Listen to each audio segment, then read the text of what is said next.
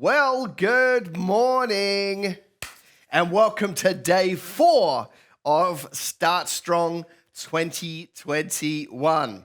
What are we doing here? For those of you that might be the first morning that you jumped in, I just want to give you a massive shot in the arm to make this year the best year that you could possibly have. The game is all about momentum. The earlier and faster you can get momentum, the more ground you can cover, the better year you are going to have.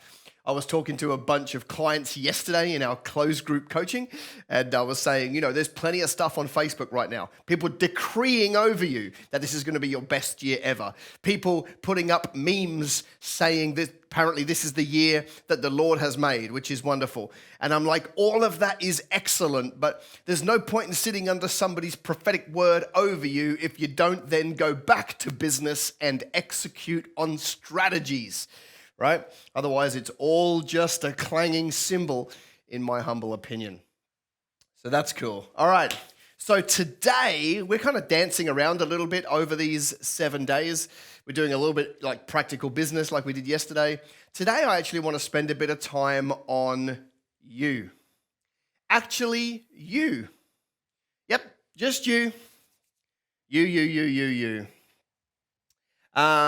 If this is the first time on, let me know where you are from, by the way, because I'm starting to get the feedback loop of where people are from. Literally, we have people all the way from New Zealand, all the way through Australia. We've got the UK, we've got the US, we've got people from South Africa joining in. Just think about that for a second. That's like 2 a.m. or something crazy down in the SA. So if this is the first time on, let me know because I want to see it. It all comes up on my screen and I want to chart it. So that's what we're doing here on this fine Thursday morning. It's interesting for me. I think one of the things that has been lost in maybe recent years and even more so now is the concept of extreme ownership. We live in a world now where it is so much easier to blame everything else but ourselves and find excuses behind everything else but ourselves and live in denial. And yet, that's not what winners do. But it's become so common. It's always everybody else's responsibility. It's always everybody else's fault. It is totally acceptable in this era that we find ourselves in to be the victim. And if you want to be the victim, you're going to have a lot of company that you can keep because the vast majority of people are victims. So you actually become a little bit of a weirdo when you decide that you won't conform to that pattern, but you actually want to break out of it and become a winner because by default, you will not be able to sit inside that victim mentality that a large portion of the population tend to do. I believe that for things to change, first, I must change. First, I must change. Obviously, we would all agree that if we want things to change, then I would have to change. And if you want things to change, then you need to change. But I actually believe that if I want things to change, the first thing that has to change is me. And so I feel like there is an undercurrent right now of people that have effectively just given away their power. Because they're, like you've only got to read Facebook for like 6 minutes to find out what's happening in culture. Like there are literally people right now that have decided that it is the government that decide if their business life is successful, right? There's people that have thought, no, it's the Facebook algorithm that I'm up against. Or they go, no, it's disruption and technology that I am up against. Or it's the coronavirus that I am up against. Or it's the fact that somebody else has started a business just like me, just down the street from me, and that's who I'm up against. I'm like, no. If you feel like you're up against anything external, you've given away all your power. The biggest hurdle you've got is you. The biggest hurdle I've got is me. And as a kingdom entrepreneur, we don't do competition. right? We don't do competition with the others in our industry. If you think that you have to beat the other people in your industry, then you're not being your brother's keeper, right? There is enough in an industry for everybody to win, especially with the creativity of God.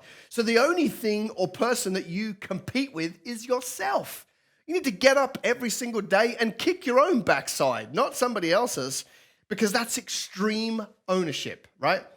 For things to change, first I must change. So the minute, like, you want to catch what you're saying to yourself, because the minute you think it's somebody else that decides your success, listen, you have given away the biggest bit of leverage that you have as a human being, and that is you get to decide. Of course, like, think about it. If we have a liberal government or a Labour government or a Democratic government or a Republican government, they all make policy changes, right? They all make, but none of those will decide your success in business, right? It's a game of cat and mouse. They make changes, we work around them. They make changes, we work around them. Like in Australia, for example, we have a Labour government. Life gets harder for a small business owner. We have to find a way around it. Like, it's never been different, okay? So I want to say to you that the minute you think they have any kind of keys to your destiny, it's over for you. You just need to understand that you get to decide how hard you play, how innovative you are, how much passion, intention, execution you bring to the game. That is going to decide what you achieve in your life, and not something else. If I get a little bit preachy up here this morning, first of all, let me not really apologize. I want to say to you that you will never outperform your identity. You will never outperform how you view you. So you think about it, right? 12 spies go to the promised land. They all come back. 10 say, yes, it's a wonderful place, but we can never take it because they're big and they're scary and they've got fortified cities. 2 come back and say, yes, they're full of scary people, but there's good fruit over there, and here is some examples of the good fruit, and we should go take them.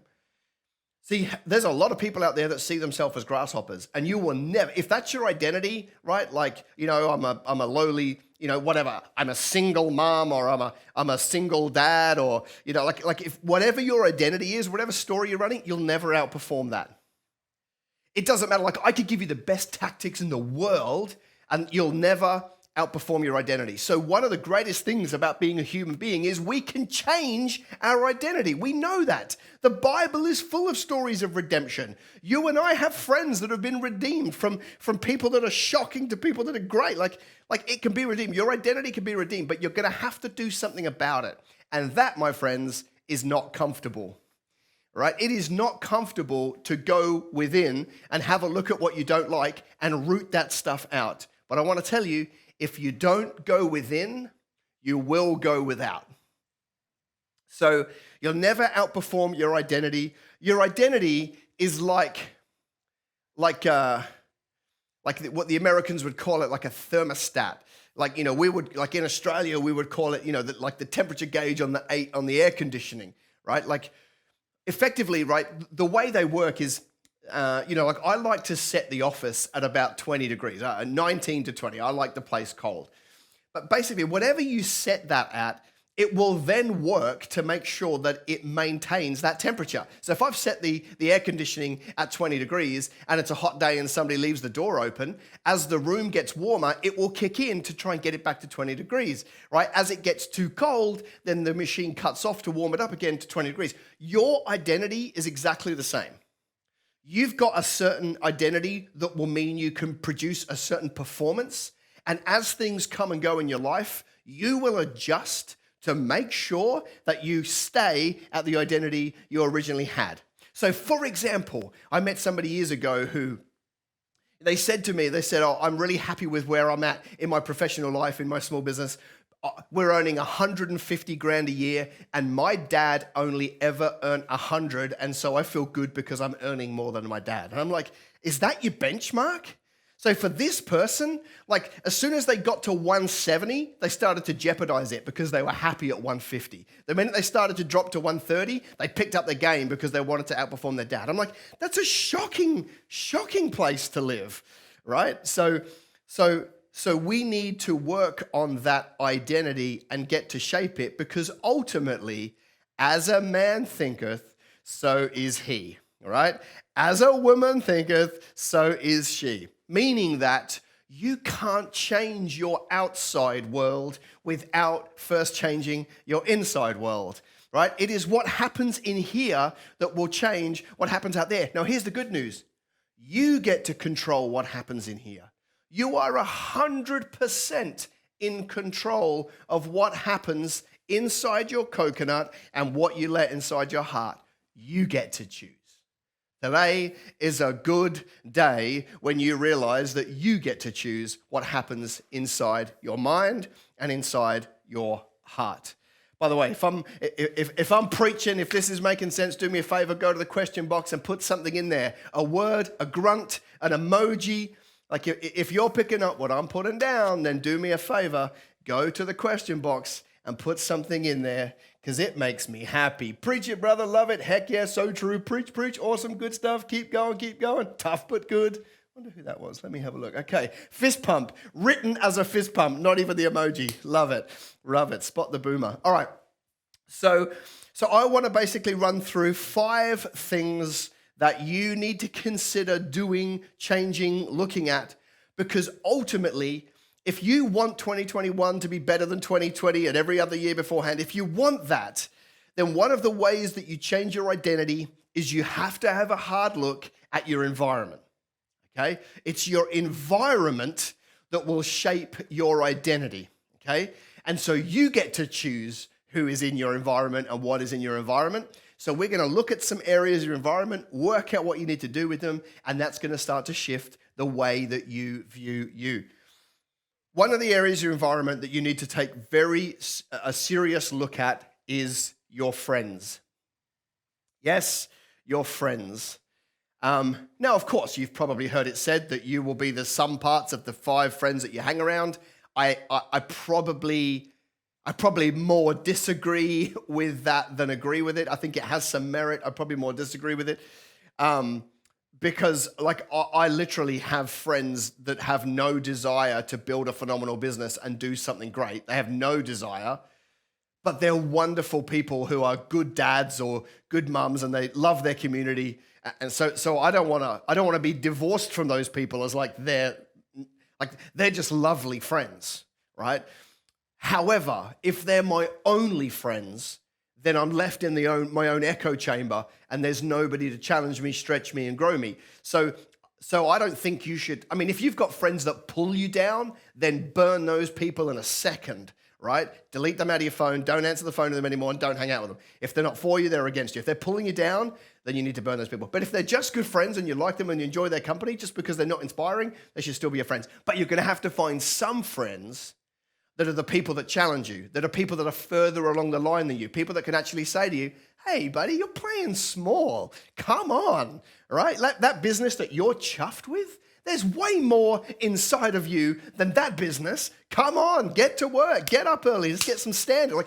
You need friends that are on this charge with you, okay? Because it is damn lonely when you're the only person in your world, when you're the person with the most passion and the most attention and the most drive, that it'll only a matter of time before that gets snuffed out. You've got to get around people. It doesn't even need to be every week. You just need to get around some people that are challenging you to be better, because that's how you shift your environment. Because when they challenge you to be better, you start to expect more of yourself. And when you start to expect more of yourself, you have shifted your identity. So have a look at maybe getting some new friends. The second part is, what are you listening to? What are you listening to? So and obviously you're here with me today. So you know how to make smart decisions about what to feed yourself. But what else are you listening to, right? I'm talking about like Sunday sermons are awesome. Okay, they are awesome for getting to shift our identity. So they don't have to be on Sunday. You can watch a sermon on a Wednesday and they still have power. So maybe you need to start looking at, what am I feeding myself? Because let me tell you, watching reruns of Miami Vice or reruns of House of Cards, for example, that may be good checking out time, but it's not going to feed you in being the best you can be. So if you're only watching trashy Netflix, you've got to ask yourself the question, what am I feeding myself? I'm not saying that watching House of Cards is a bad idea. If you need checkout time to sit with your spouse or whatever and just chill and veg, fine. But what else are you feeding yourself? Okay? There's entire websites of audiobooks. Although I'm not a huge fan of audiobooks myself, I like to read because the slower pace helps me internalize it. But what are you listening to, right? Podcasts, right? Things like that. And I think I might have said this yesterday. And if I did, and it didn't matter yesterday, it won't matter today. But if you are on Clubhouse, the new social media app, come and find me and follow me at Wes Hone, and we're going to have a whole bunch of fun on that app because that's a phenomenal place to get stuff into you that's going to move you forward. What are you listening to? Okay, there's an entire thing called YouTube where you can start to find people that motivate you and go and follow that stuff and put it into you. You need to start challenging your own identity, and you're going to do that by listening to other people. Thirdly, what are you reading? What are you reading? And when I say reading, it could be, people say, well, I don't like reading a book. I like ebooks or I like audiobooks. I'm like, I still think there is something to be said for reading, even if you're a slow reader and you're dyslexic and things like that. I think you can still find a way to read, even if it's really slowly, because as you read, right? Rather than, see, when you're audiobook and you're driving and you're listening, you're half paying attention. When you're reading, you're internalizing as you go, and I think it's a really powerful way to get stuff even deeper inside of us. What are you reading? I think I want to put this in two categories. If you were to really own reading the Bible, and I don't mean reading the Bible for the sake of being able to quote scripture and verse in the mirror. I don't mean that. I mean actually reading long form sections of the Bible and looking for topics. For example, like if you were to read the story of Joseph and then work out why was it Joseph and not one of his 13 brothers, you're forced to read a whole bunch and then distill. I think that's really where there's a whole bunch of wisdom. That's like normally on a Sunday, it's like take a proverb and speak on it for 30 minutes. Wonderful, really, really valuable. But what about looking at the character of David when he's under oppression? What about why Solomon when God knew he was going to throw it all away? Like big questions, right? I think you need to start reading that stuff because it'll shift your identity. Practically, I think you need to start reading business topics.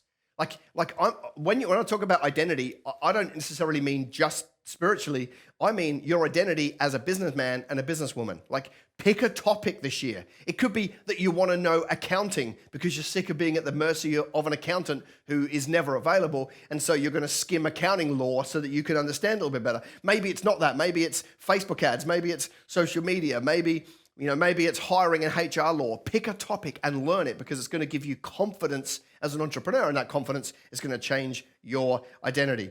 Number 4, one of the ways to change your environment is to get to conferences and events.